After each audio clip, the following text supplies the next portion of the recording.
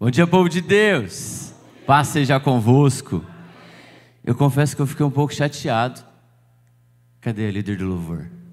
Que não me chamaram para me cantar. Eu não entendi a risada de vocês. Alguns fizeram cara de graças a Deus que não chamou eu, né? Deus abençoe, grupo de louvor. Vocês são uma benção. Não entendi a risada de vocês, não. Que alegria. Vocês podem... Fica de pé um pouquinho mais comigo? Não, pode sentar. Que alegria estar aqui. Deus abençoe, pastor André, pelo convite para a gente estar aqui ministrando uma palavra. Deus é bom o tempo todo. E o tempo todo Deus é bom. Amém? Cadê os papais aí? Levanta suas mãos. Feliz Dia dos Pais. Que os seus filhos possam ser melhores do que vocês. Que nós. Em nome de Jesus. Estava conversando com a Ione ontem sobre o que trazer, né? Falei, meu Deus do céu, o que eu vou levar de palavra? Deus, fala com a gente, fala comigo.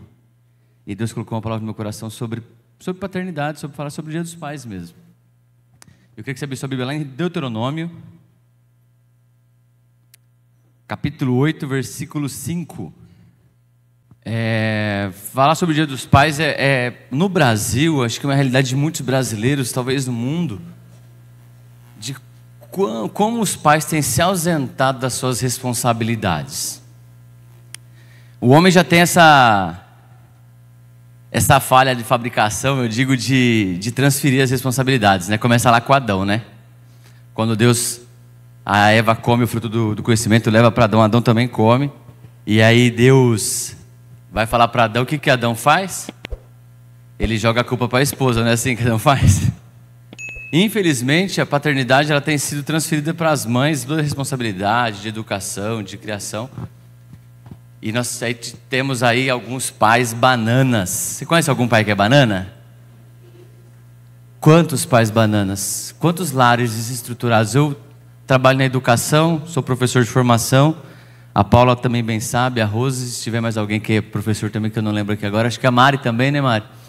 E a gente trabalha na escola, a gente vê a diferença, irmãos, de um lar que tem o pai e a mãe, da produção, do conhecimento, da questão da educação, do comportamento, e às vezes das crianças que são educadas só por uma mãe, ou às vezes que são criados pelos avós, pelos tios, por qualquer outro membro da família.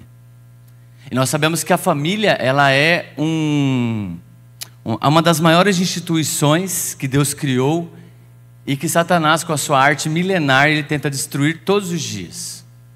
Olha para mim aqui. Todos os dias Satanás vai tentar destruir a sua família, a minha família. Só que nós servimos um Deus Altíssimo que instituiu a família.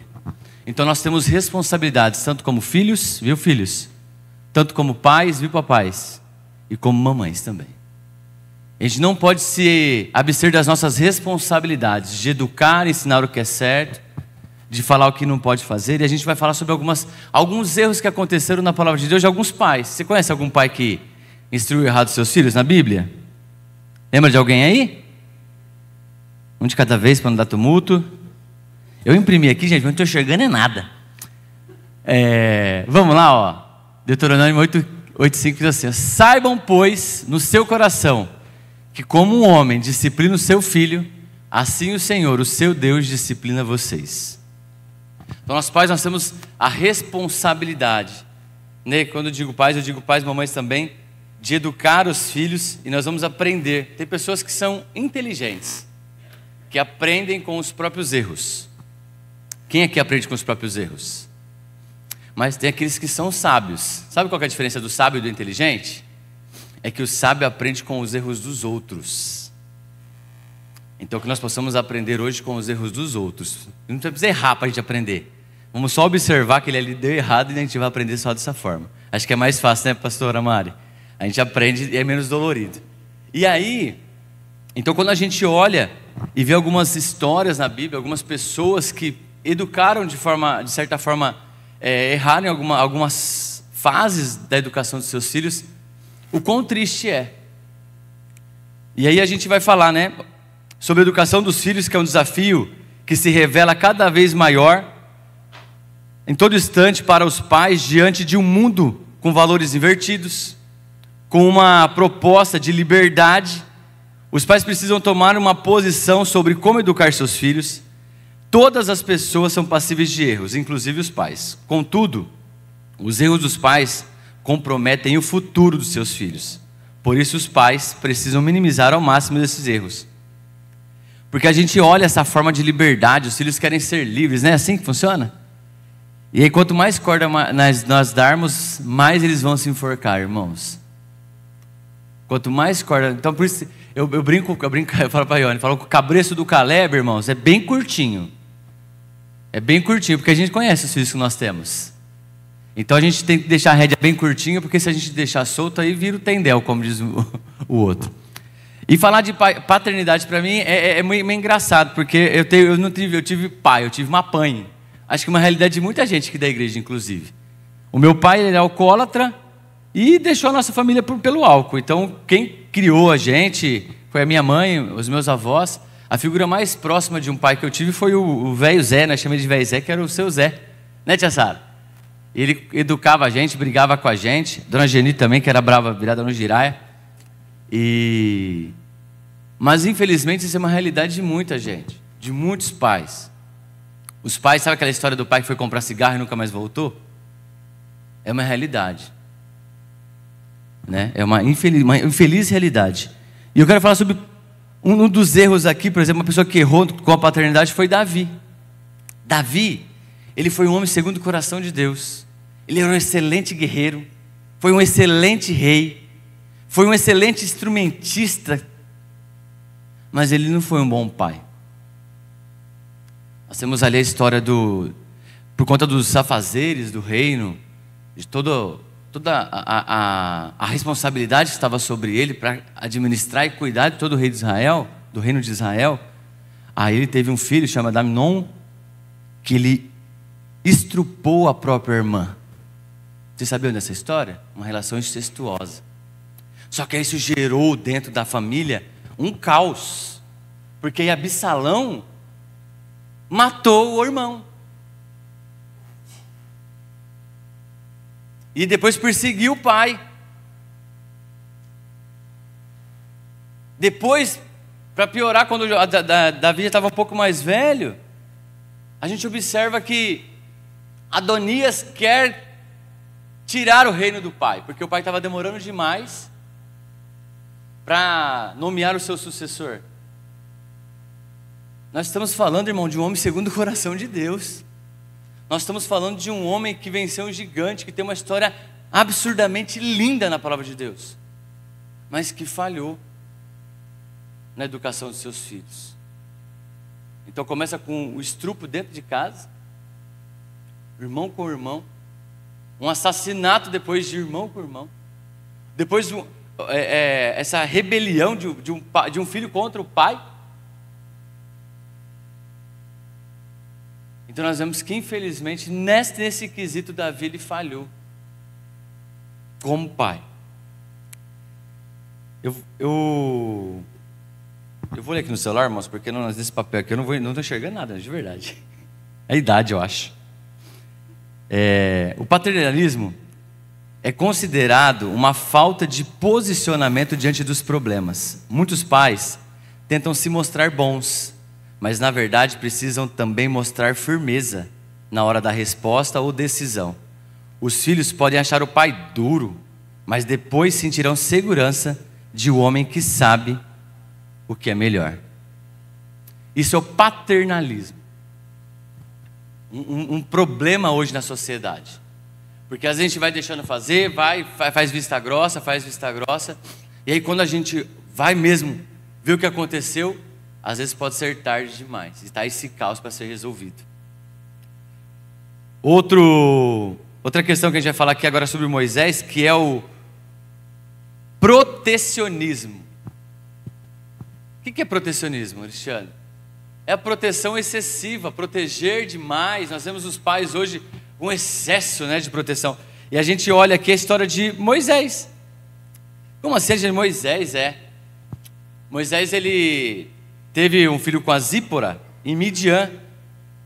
E aí, Há uma tradição judaica que o filho, com 7 ou 8 dias de nascido, ele é levado ao templo e é tirado ali o seu prepúcio. O que é isso? Sabe aquela cirurgia de fimose que nós conhecemos? Isso é realizado lá atrás, há muitos anos atrás. Não era uma cirurgia bonitinha como é hoje, era feito com uma pedra afiada, sem anestesia, e com 8 dias o prepúcio da criança era retirado. E o Moisés não fez isso. Jesus, eu vi um vídeo, irmãos, de um pai que ele foi levar a criança para vacinar. Deve ter circulado isso aí nas redes sociais. E o pai levou ele e chorou mais que a criança. De tanta proteção que... Irmãos, nós estamos criando filho para nós.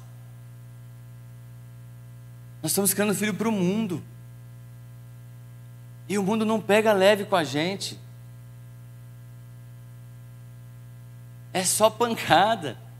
E se a gente protege demais nossos filhos, nós às vezes privamos eles de aprender, de amadurecer, de crescer. E a nossa responsabilidade é fazer com que eles sejam firmes, sejam homens e mulheres de Deus. Moisés então não circuncidou seu filho, né? Um descuido. E aí, irmãos, Deus chegou até Moisés, Deus ia matar o Moisés, porque ele não fez isso. Aí a Zípora que foi lá e fez todo o serviço, estava protegendo o filhinho. Só que não era só o filhinho, porque depois quando ele está com o povo no deserto, no Egito, saindo do Egito, ele também não levou os seus familiares, porque a Bíblia também fala que depois Jetro vai levar os seus familiares, os seus filhos, a sua esposa até ele, protegendo a família. Peraí, mas eu vou libertar o povo do Egito, o povo vem comigo, mas a minha família fica guardadinha ali em tal lugar, não passa todo o projeto, todo o processo comigo. Talvez a gente fala assim, a gente vem para a vigília, a gente deixa os filhos em casa. Não, porque é muito tarde. Não, irmão, o filho tem que estar na vigília. Mas ele não para, não tem problema, mas ele tem que ser criado dentro desse ambiente, vendo pessoas sendo batizadas no Espírito Santo, vendo fogo descer, vendo pessoas orar, porque é isso que muda a gente. Sabe, às vezes eu vejo assim, às vezes a gente fica privando os nossos filhos, né? Agora a gente nós estamos numa fase, agora que o Caleb foi promovido a junior. Irmão, todo o culto é uma treta que a gente ia o belisco de um lado, a Ione belisca do outro. Acorda moleque, presta na palavra. E acho que não é só eu, quem tem filho, quem é pai júnior aqui sabe, essa transição é difícil. Mas ele tem que ouvir a palavra, porque é isso que liberta, é isso que transforma. Agora ele está amadurecendo, agora não é mais o culto infantil, pintar um desenho, ouvir uma historinha legalzinha. Não, tem que ouvir o pastor pregando aqui no altar. E a gente fica protegendo, né? Os nossos filhos. Não, mas ele é criança ainda, irmãos. Ou você aperta o arreio agora, como diz a minha mãe, ou você torce o cipó enquanto é novo, que depois o cipó não torce mais não, ele quebra.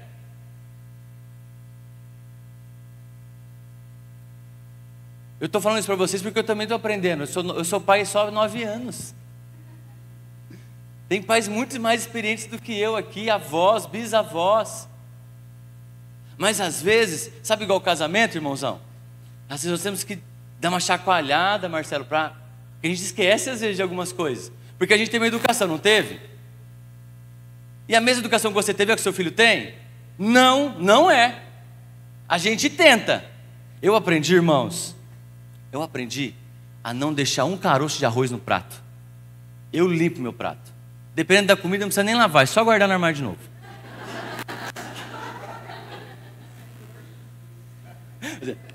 Aí você guarda.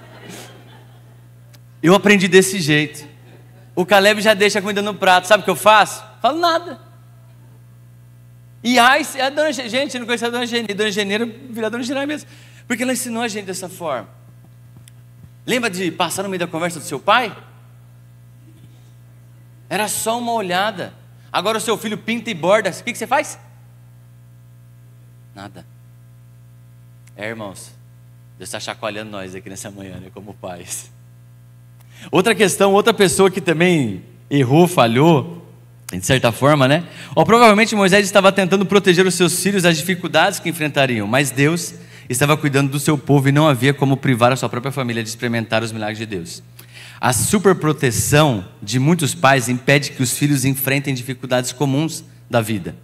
Com isso vão ficando imaturos E quando finalmente precisam encarar os desafios, estes se tornam ainda mais dolorosos. Quanto mais cedo os filhos aprenderem a suportar os problemas da vida, mais preparados estão para o futuro. Pais, protejam os seus filhos, mas deixe-os aprender a lutar. Sejam firmes e deixe-os aprender a lutar. A permissividade, Eli foi um sacerdote. Eli, para quem não lembra da história dele, Eli foi aquele que, quando Ana, a mulher de Eucana, estava orando, e ele pegou e pensou que ela estava bêbada, lembra disso? E ela estava fazendo o quê? Mas ela estava pedindo o quê? Um filho. E ela, naquele dia, ela consagrou e falou: se eu tiver um filho, meu filho vai crescer na casa do Senhor, não foi isso? E aí Samuel, Eli é aquele quando fala Samuel, Samuel, aí ele volta lá e fala: Eli, você me chamou? Esse é o sacerdote, Eli.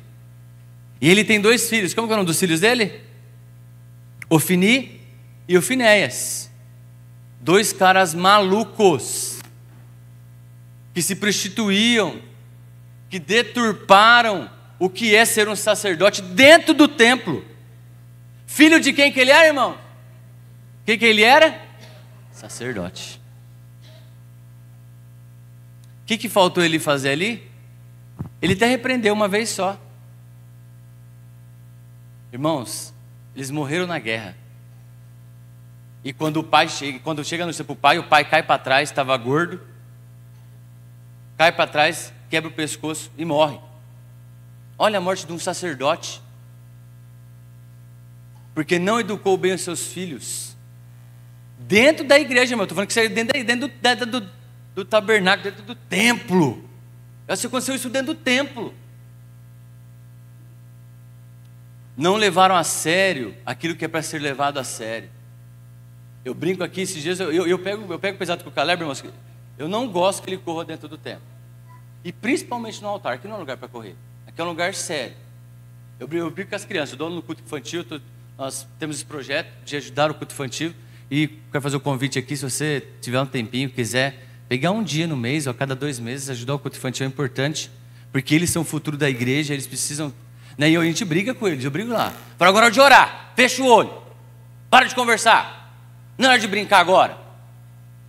Sabe por quê, irmãos? Eles levam na brincadeira aquilo que é sério. E orar não é brincadeira. Aí eles ficam assim.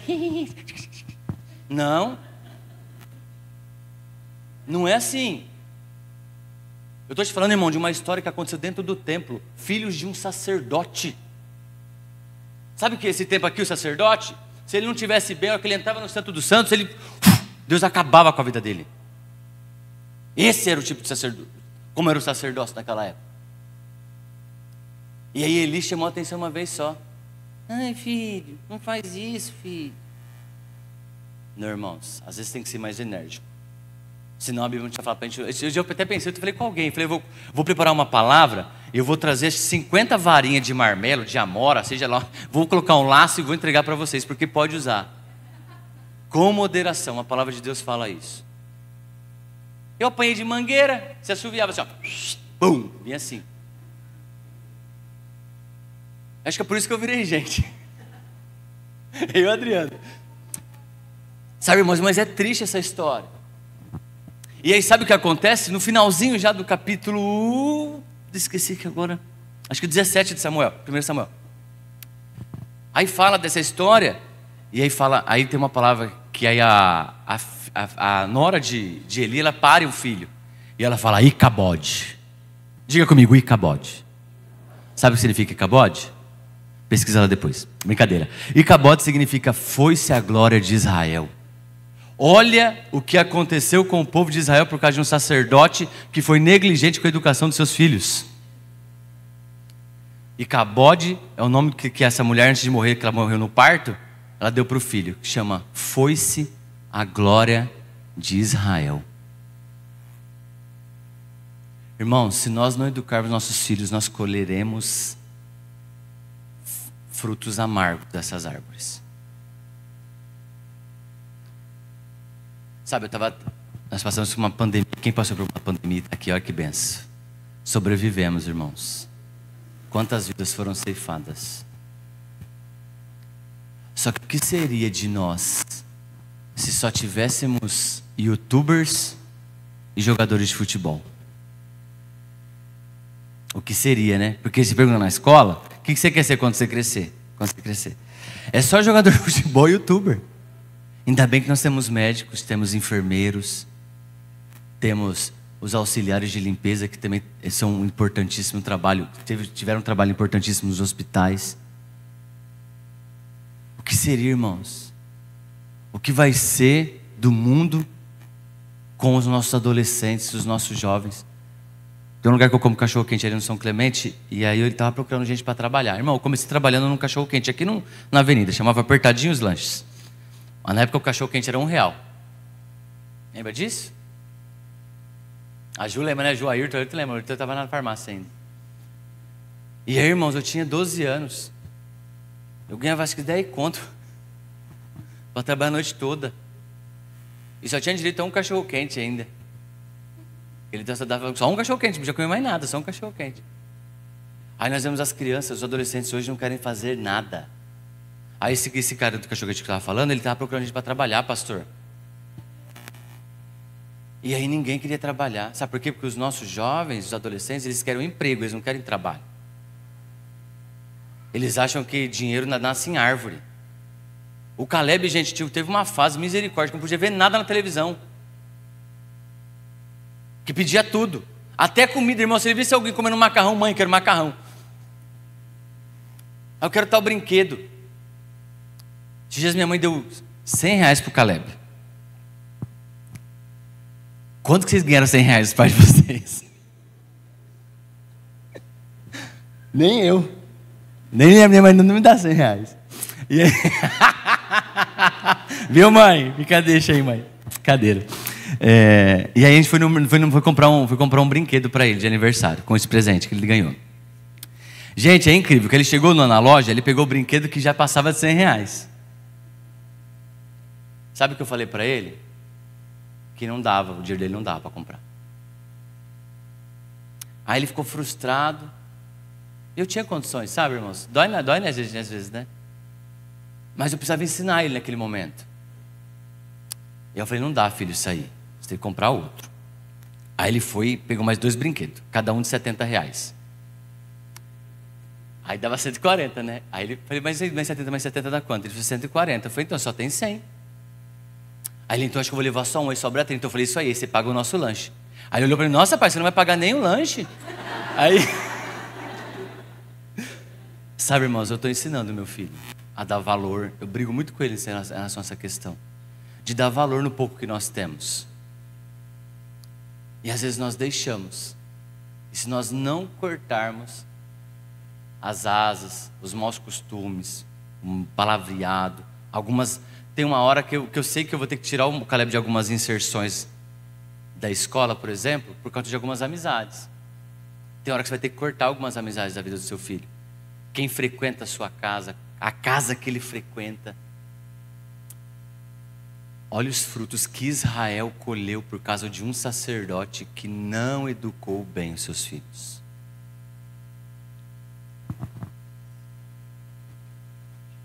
Deus está falando com você, irmão? Muitos pais deixam de fazer o que querem e depois não conseguem mais controlá-los. Os pais liberais são incentivados pela mídia. Irmão, o que eu disse? Satanás quer destruir quem? As famílias. Nem propaganda do Dia dos Pais direito você está vendo mais na televisão. Sabe por quê? Porque o pai é a cabeça da casa. O pai, quando ele sabe muito bem a sua função, aquilo que ele foi criado para fazer, as coisas vão bem. Que ele administra bem a grana, ele administra bem os recursos, ele administra bem tudo que tem lá dentro. Marlene. E aí Deus abençoa. Abençoa o casamento, abençoa os filhos, os netos, os bisnetos, e aí tudo vai bem. A mídia, e por um modo de vida libertina, as consequências disso estão nas estatísticas de tantos jovens mortos precocemente, escravos de vícios ou atrás das grades de uma prisão. Tudo isso porque não aprenderam a ter limites em busca de tanta liberdade. Acabaram presos. Ensine limite aos seus filhos. Tudo tem limite. Tudo tem limite. A gente fica prometendo para os filhos, né? Eu estava prometendo para o Calebinho uma surra. E aí esse dia ele estava gritando Caione. Irmão, o Caleb tem 9 anos. Aí gritando Caione, falando de qualquer jeito Caione. Mas eu peguei o Caleb, mas dei umas 6 lapadas na bunda dele. Ficou uma seda, irmão. Ah, mas você bate no seu filho? Bato, opa, eu apanhei e não morri. Às vezes conversar resolve, irmão. Você tem que conversar. Mas não tem nada melhor que uma surra, que às vezes fica mais ligeira. Não estou falando para você espancar o seu filho, irmãos. Me entendo, pelo amor de Deus. Quem apanhou aqui, levanta a mão. Vocês não morreram? Então, não mata. Dá umas palmadas, umas cintadas no seu filho. Olha lá, quem bate esquece, né? A mãe falando, bati não, bateu sim, né? O filho não esquece não. Irmãos, uma boa cintada, uma boa varada no bumbum, educa o seu filho. Se isso não valesse, a Bíblia não estaria escrito lá, ó, pega e ensina o seu filho com a vara. É eu que falei isso, irmãos? É o pastor André que escreveu isso lá? Não. Mas tem instrução para isso. Tem instrução para isso. Que nós possamos, em nome de Jesus, irmãos, darmos a educação de fato, que edifique a vida dos nossos filhos, e que eles sejam melhores do que nós. Amém? Outra pessoa que foi parcial ali, né? Abraão. Abraão foi o nosso pai da fé. Só que ele é meio mentirosinho, né, irmãos? Teve uma hora que ele pergunta lá que a esposa dele, a Sara, é dele, ele fala que é irmã. E é tão engraçado, irmãos, que acontece depois disso com Isaac. A Isaac fala que Rebeca é o que dele? Irmã. O pai mente, o que o filho faz? Mente. E a gente olha a parcialidade de Abraão. Né? Ó, em todos os dois casos, né, as consequências só não foram maiores porque as pessoas perceberam a tempo. E Abraão foi também parcial. Então o que é a parcialidade? Aquele pai que é parcial, né? Quando tomou o partido de Sara e deixou abandonado o seu filho Ismael. Olha a parcialidade, porque primeiro ele deixa ela escolher. Não, deita com a concubina, vamos, né? A gente já está velhinho, não é assim a história? Ele vai e obedece a Sara. Aí daqui a pouco Sara fica brava tal e manda abandonar o filho. O que Abraão faz? Abandona o filho. E a gente vê a parcialidade nas suas decisões.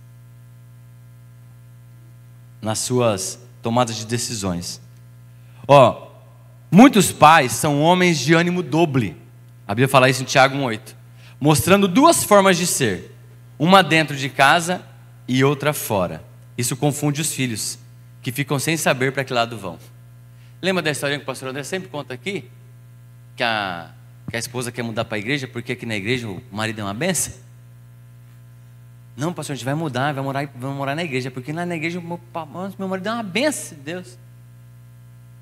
Por quê? Porque às vezes dentro de casa é o Satanás.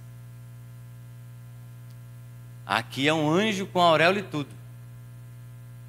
Aqui fará língua estranha, né? Chupa bala house, ir para lá para trás. Lá em casa só fala a língua estranha que nós não falamos, não, irmãos. É só palavrão. Irmãos, as crianças ficam confusas. Que Deus vai servir? Pode sair dois tipos de água de uma fonte? Eita nós, fala com nós, Jesus. No futuro esses filhos vão muitas vezes se decidirem pelo pior lado. Então estes mesmos dizem: mas eu eduquei meus filhos na igreja, contudo foram parciais e não serviram ao Senhor de todo o coração. A verdade, por mais dura que seja, sempre será melhor do que para os filhos, libertando-os de todo engano. Não sejam parciais com seus filhos. Outra questão é Isaac, a projeção de Isaac. Quando Isaac e a Rebeca começam a projetar para... Isaac projetava para Esaú e Rebeca projetava para Jacó, lembra disso?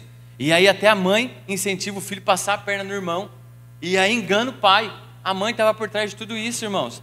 Mas por quê? É aquele pai que às vezes não teve aquilo que não é aquilo que gostaria de ser, e aí fica imputando aos filhos que ele seja.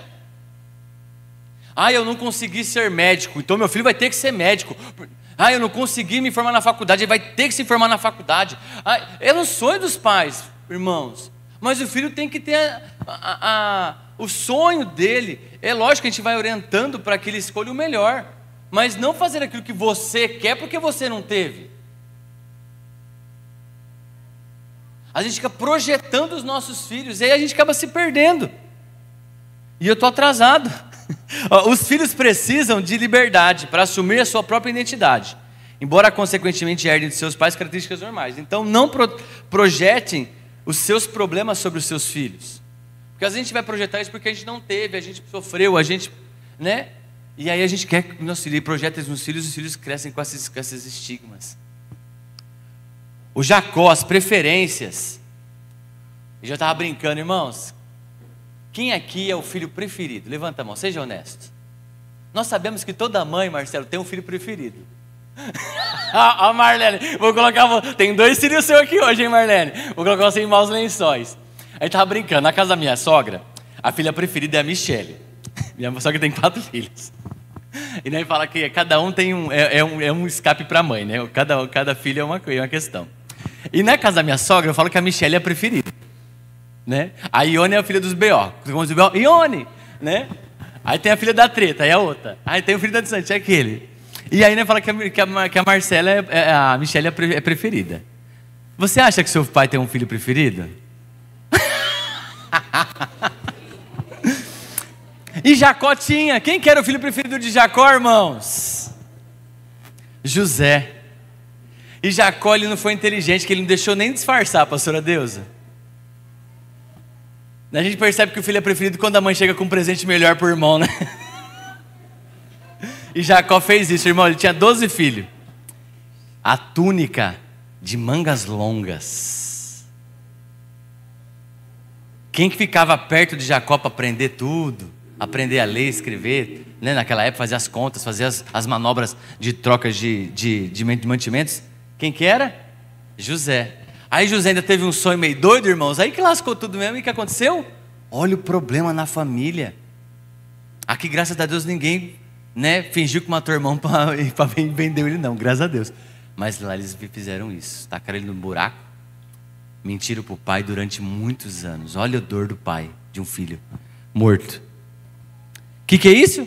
Preferência. Irmãos, pelo amor de Deus. Existem famílias que não conseguem se restaurar como a de Jacó conseguiu. Muitos irmãos preferidos e injustiçados não perdoam como José perdoou. Nem todos os irmãos preferidos, como o irmão de José, conseguem reconhecer os seus erros. Infelizmente existem erros que são irreparáveis. Por isso os pais devem se esforçar por tratar os filhos igualmente. Não tenham preferências por filhos, tá, papais? Ou se tiver, dá uma migué pelo menos, né? Finge que gosta do outro. E para a gente se encerrar, o providencialismo. Nós sabemos que a história do filho pródigo é uma história linda, que fala de um pai que perdoa um filho. Mas há uma questão antes de tudo isso. Você vai deixar herança para os seus filhos? Você vai deixar uma herança para os seus filhos? Amém, irmãos. Vocês vão deixar herança para os seus filhos. Sabe por que vocês não falaram nada? Porque às vezes nós não tivemos uma herança. Mas nós estamos falando aqui de uma paternidade melhor. Nós seremos melhores, Pri. Eu não tive uma herança do meu pai quando ele faleceu. Tive. Foi R$8.000 dividido em 2. Por conta do que ele semeou mesmo. Uma vida desregrada, cheio de cachaça. E aqui na história do filho pródigo, a gente observa que o filho chegou para o pai e pediu a sua herança. Sabe onde esse pai errou? Em providenciar aquilo que o filho pediu. Irmãos, entenda o contexto no que eu estou falando hoje. A história do filho pródigo é linda. Nós temos uma lição para aprender com ela nesse quesito. Nem tudo que seu filho vai pedir para você, você tem que dar.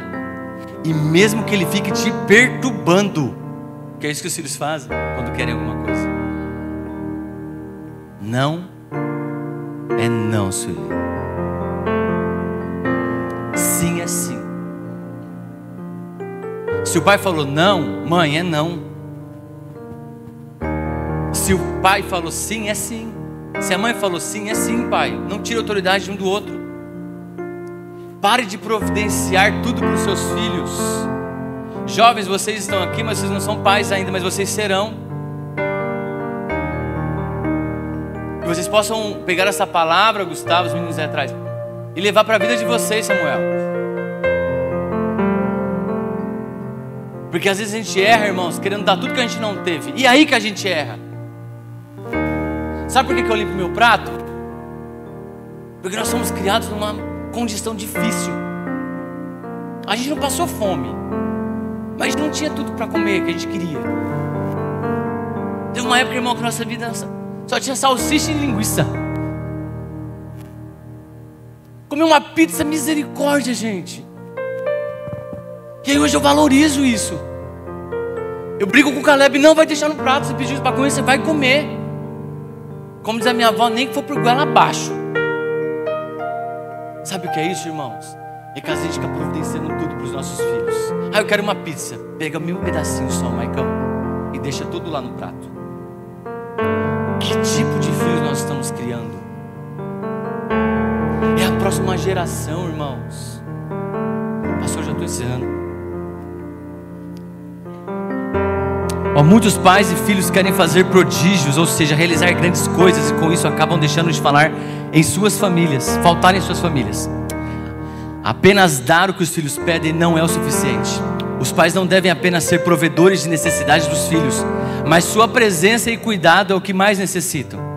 Se os pais começam a fazer tudo que os filhos pedem, estes se tornam mimados e sempre querem mais, sem ter limites. Um dia a vida diz não vai para os... Um dia a vida diz não para os mesmos. E estarão despreparados para respostas negativas. E por isso ficam em crise. Nós estamos criando uma geração que não sabe ouvir um não. E às vezes o que eles mais precisam é ouvir um não. Não, você não vai. Não, você não faz assim. É isso, irmãos. Parar de providenciar. Seu filho chegar para você hoje, irmão, e pedir a herança que você tem para ele, você vai dar? E deixar ele fazer o que ele quer? No mundo de hoje, talvez ele não tenha oportunidade de voltar como o filho pródigo teve. Quantos jovens têm se perdido? Quantos jovens têm morrido? Filhos de amigos nossos. Fica de pé no seu lugar. Pais, não façam tudo que os seus filhos pedem.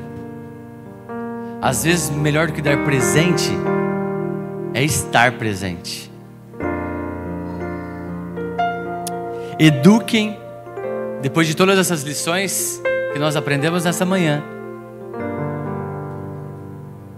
a melhor lição é essa: eduque os seus filhos na presença do Senhor.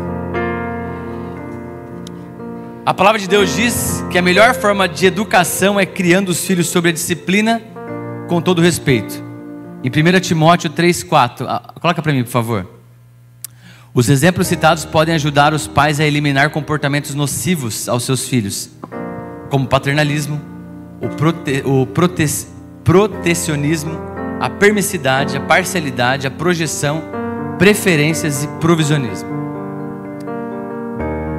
Aqui Deus está orientando os diáconos, os ministros, os servos de Deus, de modo geral. Ele fala assim, que o homem, a mulher deve governar bem a sua casa, tendo os filhos em sujeição com toda dignidade.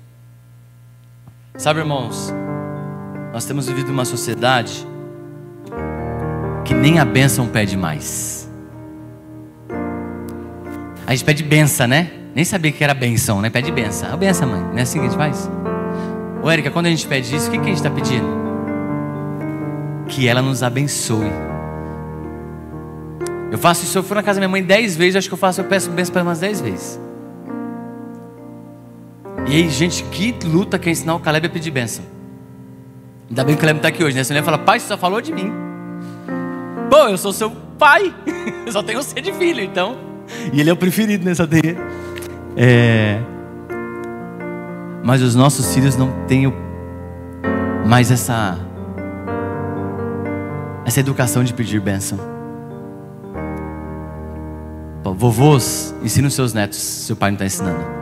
Papais, ensina os seus filhos. Jovens, se você não pede, comece a pedir, porque aí você vai ser abençoado. Amém? Aprender um pouquinho? Serão sábios? Então feche seus olhos. Vou ser uma oração curta, pastor, pode subir aqui já. Deus, nós somos a sua igreja. Se a sua palavra, ela faz questão de detalhar tudo o que nós falamos aqui hoje, Deus, é porque é importante para nós aprendermos. Que nós sejamos sábios, como eu disse aqui no início. Que nós possamos aprender com os erros dessas pessoas que nós citamos aqui hoje. Homens e mulheres de Deus, mas que falharam em algum momento.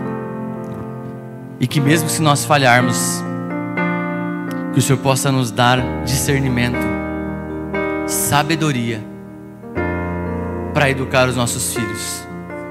E que os nossos filhos, Deus, de fato, sejam melhores do que nós. Nos ensine a dizer não. Nos ensine, Senhor, a fazer aquilo que a Bíblia nos ensina a fazer. Que o Senhor Deus, que é o nosso maior e melhor Pai do mundo, às vezes deixa a gente passar algumas provas para aprendermos. Nos fala não quando nós precisamos de um não. Nós possamos aprender com o Senhor a como criar e educar os nossos filhos, para que de fato nós sejamos um bom pai, ou como nossos filhos nos chamam, o melhor pai do mundo. Obrigado, Deus, por essa manhã maravilhosa.